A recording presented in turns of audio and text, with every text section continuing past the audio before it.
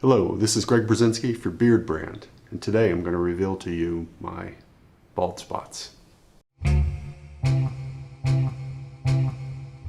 So in my introduction clip, and again in my beard styling clip, I mentioned that I have some thin patches and bald spots. I don't know how many guys out there are in the same situation. I know that my boss, Eric, has a fairly full beard, but he has a couple of areas that he's pointed out that are a little thinner than others. And Carlos's beard, of course, is very thick. But I mentioned before I have those bald spots. So next week I'm going to get my hair cut and my beard trimmed on camera. And it's inevitable that my bald spots might be revealed. So I'm going to jump to the chase and actually show you them now. It might be helpful also to for other guys to realize that they can have a beard and wear a beard confidently, even with some thin areas and bald patches. A lot of guys have thin spots under their lip. That's not uncommon at all. My soul patch, in fact, does not grow. It has terminal growth. I have never trimmed this area of my beard, and it has never gotten longer than about an inch long. But to the left and to the right of it, I have areas that are fairly thin or nothing. So in those particular areas, I tend to actually move my beard from the center, pushing it slightly to the side to hide those areas as much as possible. Once again, the comb over method.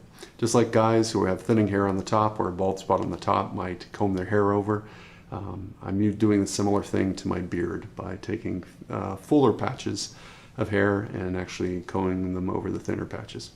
But those are nothing. That's pretty typical for a lot of men to have either a lower hairline here on the beard. Some guys have their beards starting as low as almost the bottom of the chin with a full chin strap. Not uncommon. But my patches are really related to how my sideburns or mutton chops connect to the goatee.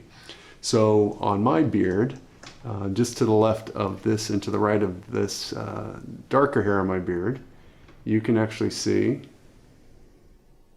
that I have no hair connecting the goatee and the mutton chop. It's a little better on this side. You can get that. But the hair is pretty thin here. And that's actually what prevented me from growing a beard for the longest time. I would see those areas and not connecting in because I wasn't getting past 30 days.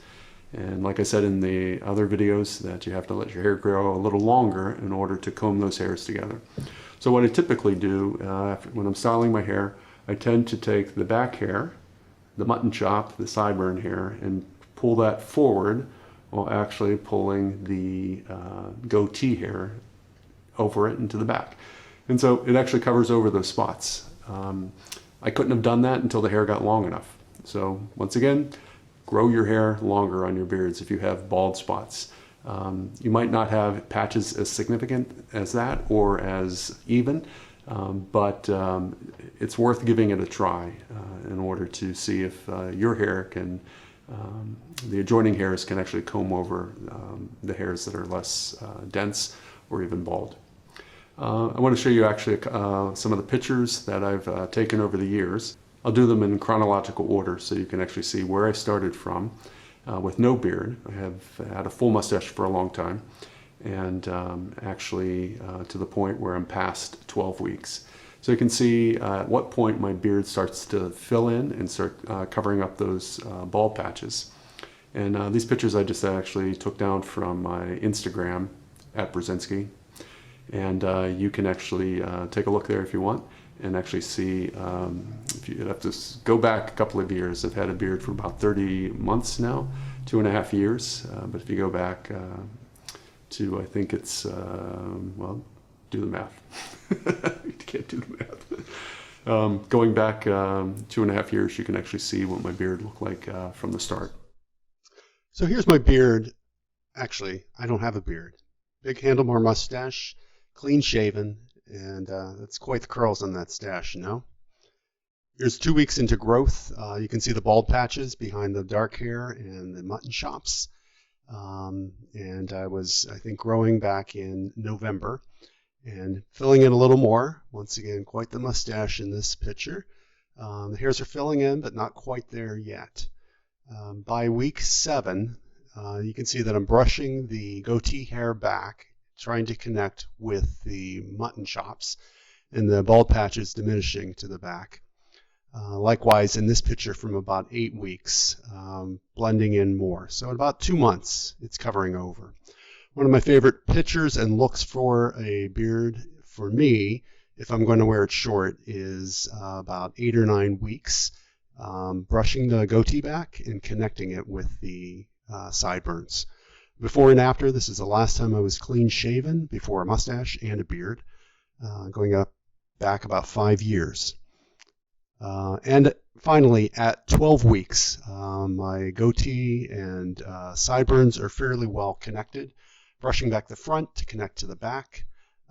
A full beard, obviously. So I hope you enjoyed that little trip down memory lane and see that it's possible actually to take the adjoining hairs and cover over the bald spots that you might have. So give it a try. I would use a product like a styling balm that Beardbrand makes, of course, and pulling the hairs together and doing that comb over method. And good luck to you. And until next time, beard on. Now that you've made it to the end of the video, go ahead and treat yourself to some fine Beardbrand products over on our shop.